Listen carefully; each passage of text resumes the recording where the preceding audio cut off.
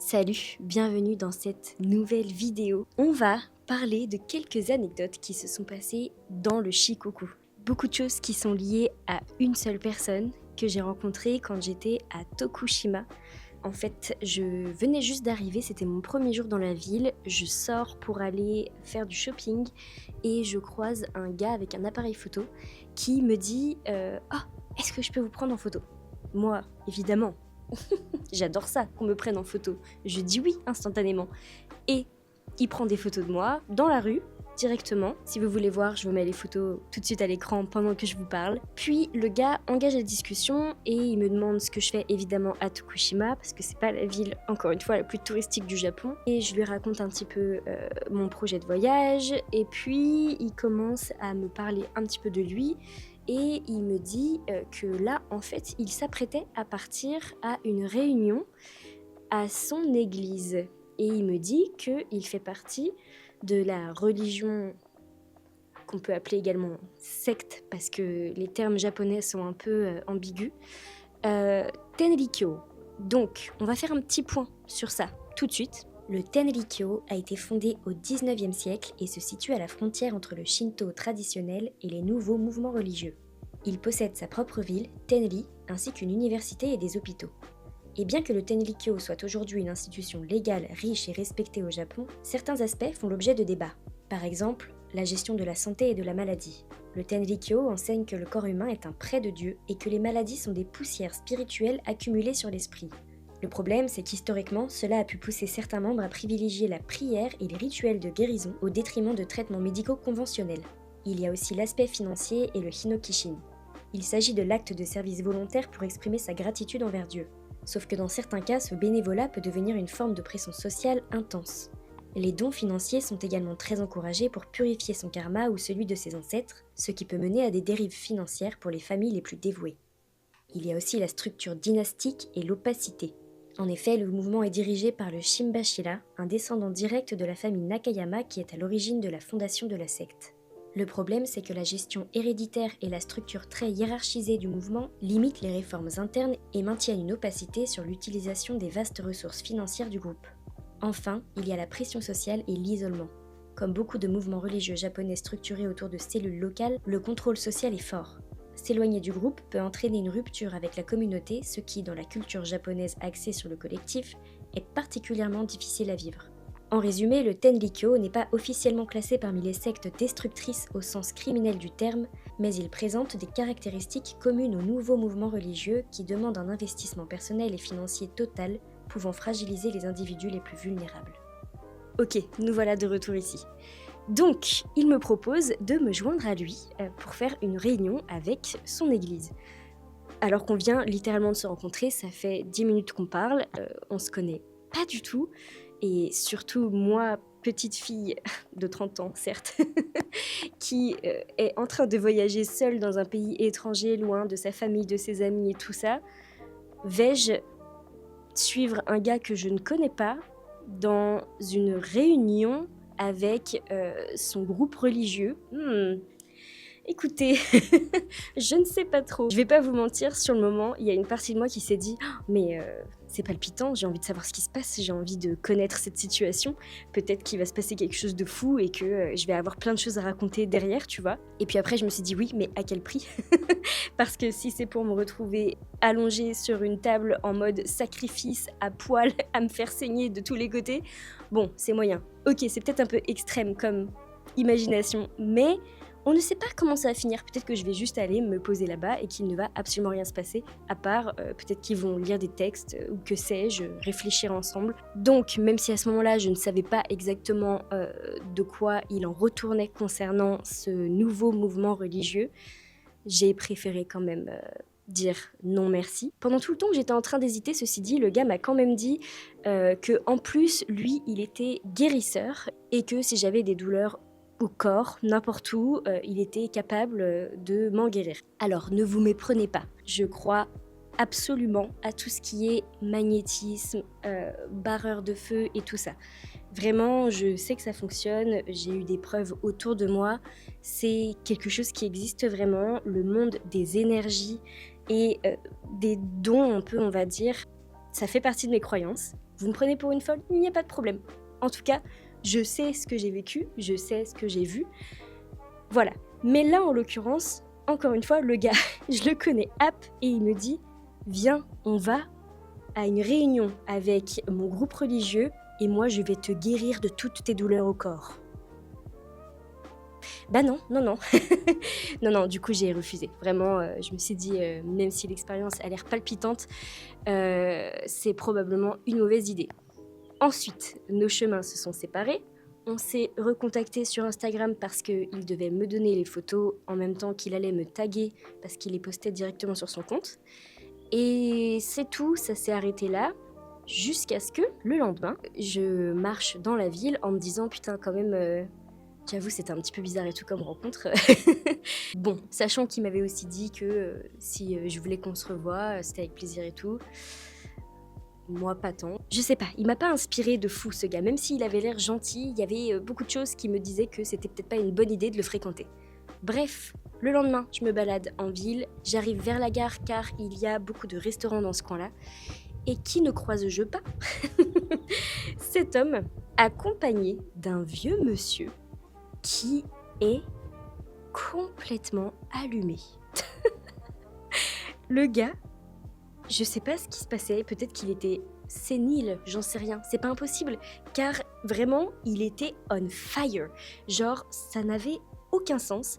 Dès que le gars de la veille qui m'avait reconnu est venu vers moi pour me dire « Oh, bah, c'est improbable, qu'est-ce que tu fais là et tout ?»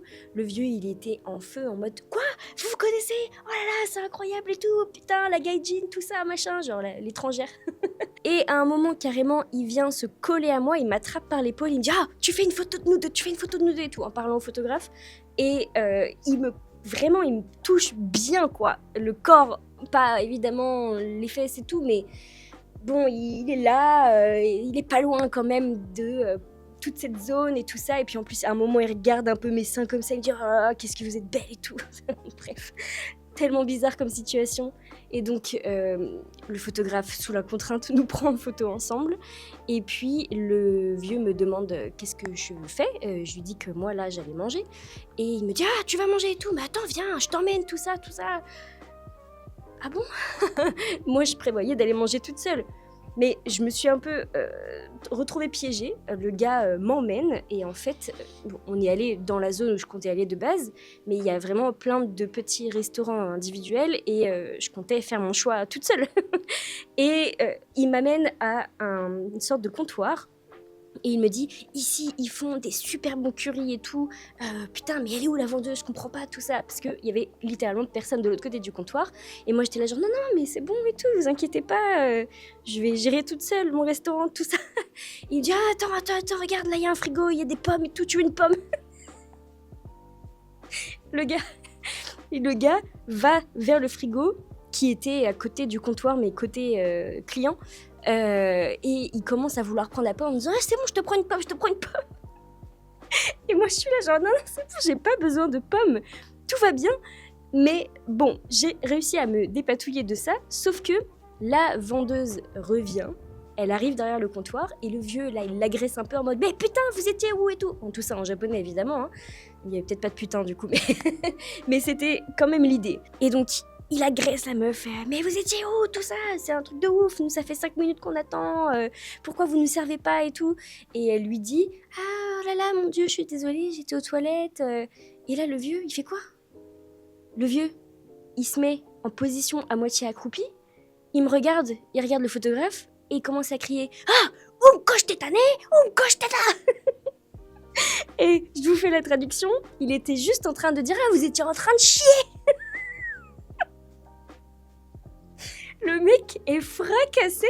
C'est une dinguerie de faire ça en plein milieu de l'allée commerciale où il y a tous les restaurants, où il y a énormément de passages.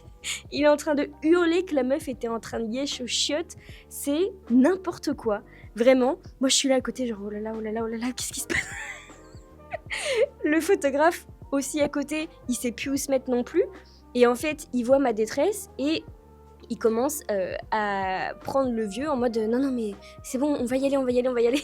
Et en fait il comprend que moi je suis trop en détresse là et que j'arrive pas à me défaire de cette situation, et il me sauve un petit peu de ça, donc ça c'était quand même gentil de sa part.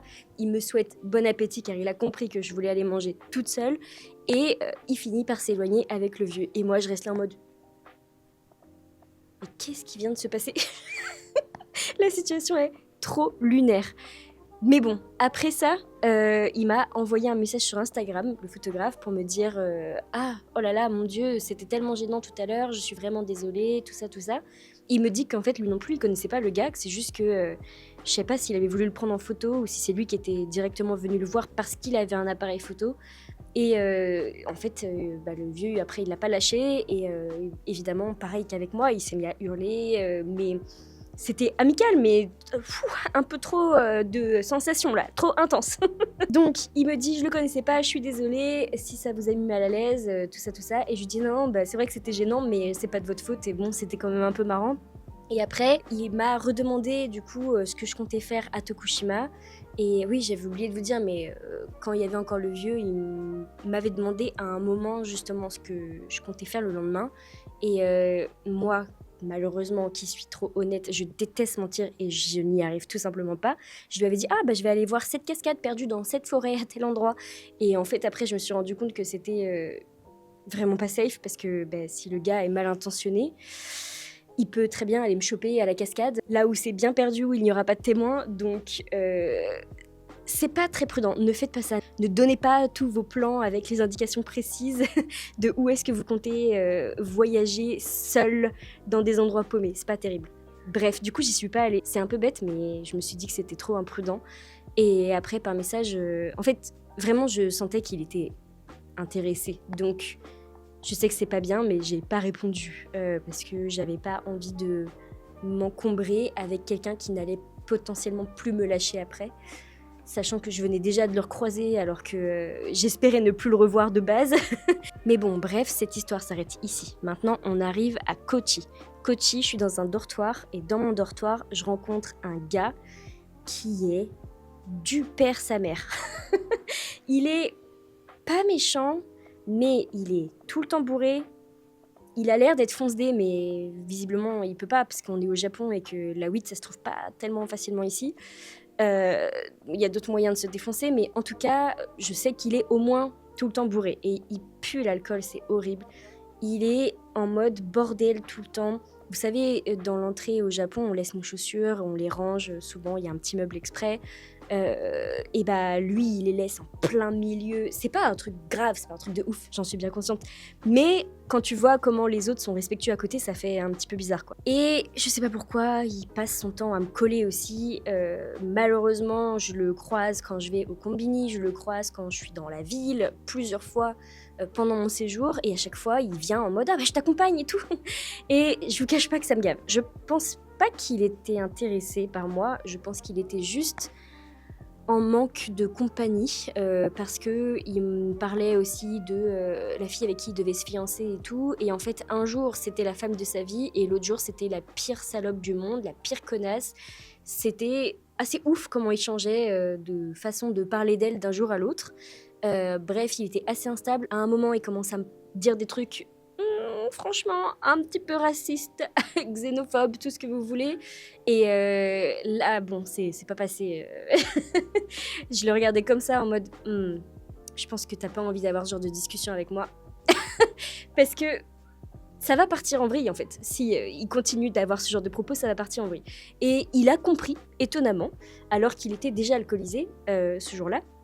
Et il me dit non, mais c'est pas exactement ce que je voulais dire, tout ça. Bref.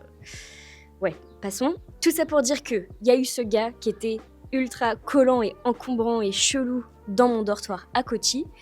Et que ne se passe-t-il pas quand nos chemins se séparent? J'arrive à Matsuyama et je reçois une notification du photographe que j'avais rencontré à Tokushima. Je regarde, que vois-je? Le gars du dortoir en photo.